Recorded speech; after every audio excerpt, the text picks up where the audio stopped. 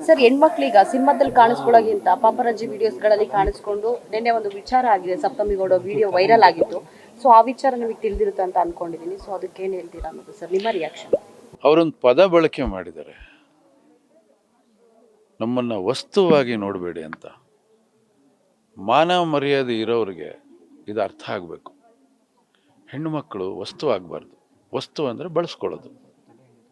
ತುಂಬ ಅರ್ಥ ಇದೆ ಅದು. ವ್ಯಕ್ತಿ ಬೇರೆ, ವಸ್ತು ಬೇರೆ.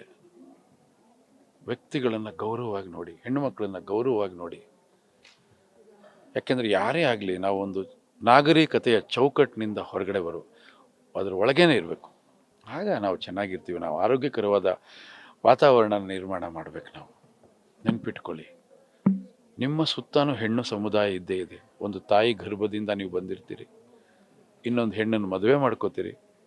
ನಿಮಗೆ ಒಂದು ಹೆಣ್ಣು ಅಕ್ಕನೋ ತಂಗಿನೋ ಆಗಿರ್ತಾಳೆ. ನಾಳೆ ನಿಮಗೊಂದು ಹೆಣ್ಣು ಮಗು ಮಗಳಾಗಿ ಹುಡ್ತಾಳೆ. ನೆನ್ಪಿಟ್ಕೊಳ್ಳಿ, ಒಂದು ಹೆಣ್ಮಗು ನೋವಾದರೆ ನಿಮಗೂ ಅದು ತಟ್ಟುತ್ತೆ, ನಿಮ್ಮ ಕುಟುಂಬದಲ್ಲೂ ಇರುತ್ತೆ. ಅರ್ಥ ಮಾಡಿಕೊಂಡು ಜವಾಬ್ದಾರಿಯಿಂದ ವರ್ತನೆ ಮಾಡ್ಕೊಳ್ಳಿ. ಕಲಾವಿದರನ್ನ ಗೌರವದಿಂದ ಕಾಣುವಂಥ ಒಂದು ಪದ್ಧತಿ ಆರಂಭ ಆಗಲಿ. ಇತ್ತು ಅಣ್ಣವರು, ವಿಷ್ಣು ಸರ್, ಅಂಬರೀಷ್ ಸರ್, ದೊಡ್ಡ ದೊಡ್ಡ ನಾಯಕ ನಟಿಯರು ಎಲ್ಲರೂ ಇದ್ದಾಗ ಅವ್ರನ್ನೆಲ್ಲ ಭಾಳ ಗೌರವದಿಂದ ಕಂಡಿದೆ ಈ ಸಮಾಜ. ಅವರೆಲ್ಲ ಚೆನ್ನಾಗಿ ಬದುಕಿ ಬಾಳಿದ್ದಾರೆ. ಇವತ್ತಿನ ಪೀಳಿಗೆಯಲ್ಲಿ ಇವತ್ತು ಬರ್ತಕ್ಕಂಥ ಕೆಲವು ಸಾಮಾಜಿಕ ಜಾಲತಾಣಗಳು, ಕೆಲವು, ನಾನು ಎಲ್ಲನೂ ಹೇಳಲ್ಲ, ಭಾಳಷ್ಟು ಜನ ಭಾಳ ಗೌರವದಿಂದ ನಡ್ಕೋತಾ ಇದ್ದಾರೆ. ಆದರೆ ಕೆಲವರು ಮಾತ್ರ ಇವ್ರ ಹೆಸರನ್ನು ಕೆಡಿಸೋ ರೀತಿಯಲ್ಲಿ ಅವ್ರು ನಡ್ಕೋತಾ ಇದ್ದಾರೆ. ಅವ್ರು ಸ್ವಲ್ಪ ಜವಾಬ್ದಾರಿಯಿಂದ ನಡ್ಕೋಬೇಕು ಅನ್ನೋದು ನನ್ನ ಸಂದೇಶ. ಬದಲಾಗಿ ದಯವಿಟ್ಟು. ಸರ್, ಈಗ ನಟಿಯರು ಬಟ್ಟೆ ಹಾಕೋದ್ರ ಮೇಲೆ ಕೂಡ ಒಂದಷ್ಟು ನೆಗೆಟಿವ್ ಕಮೆಂಟ್ಗಳನ್ನು ಮಾಡ್ತಿರ್ತಾರೆ ಸರ್, ಅವ್ರಿಗೆ ಏನು ಹೇಳ್ತೀರಿ ಅಂತ?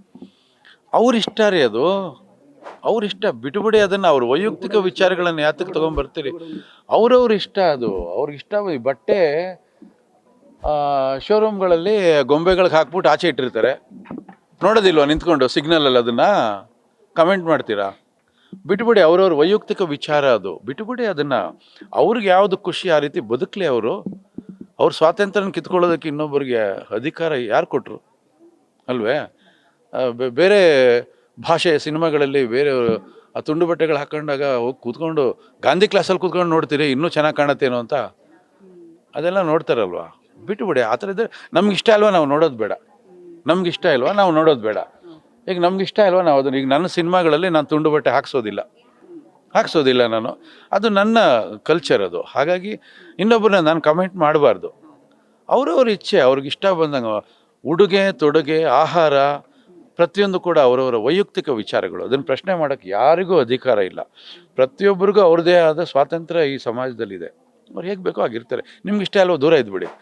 ಸಮಾಜವನ್ನು ಹಾಳು ಮಾಡುವಂಥದ್ದೇನಾದ್ರು ಪ್ರಕ್ರಿಯೆಗಳು ನಡೆದಾಗ ಖಂಡಿತ ದನಿ ಎತ್ತಿ ತಪ್ಪಿಲ್ಲ. ಸಮಾಜ ಶುದ್ಧವಾಗಿರಬೇಕು. ಆ ವಿಚಾರದಲ್ಲಿ ರಾಜಿ ಇಲ್ಲ.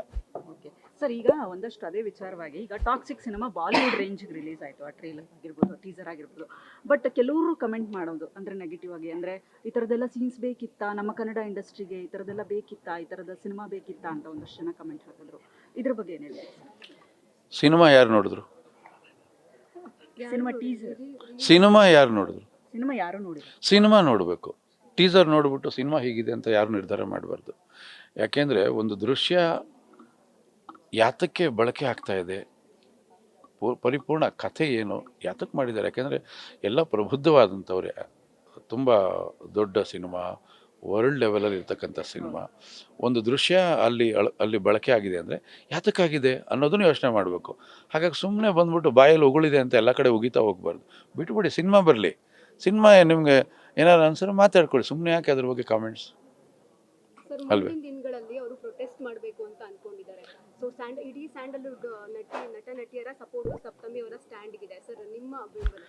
ಇಡೀ ಚಿತ್ರರಂಗ ಒಂದು ಕುಟುಂಬ ಇದ್ದ ಹಾಗೆ. ಚಿತ್ರರಂಗದ ಯಾವುದೇ ಒಬ್ಬ ಸದಸ್ಯರಿಗೆ ಅವಮಾನ ಆದರೂ ಕೂಡ ಇಡೀ ಚಿತ್ರರಂಗ ಅವ್ರ ಜೊತೆಲಿ ಇರ್ತದೆ. ಅದರಲ್ಲಿ ಎರಡನೇ ಮಾತೇ ಇಲ್ಲ.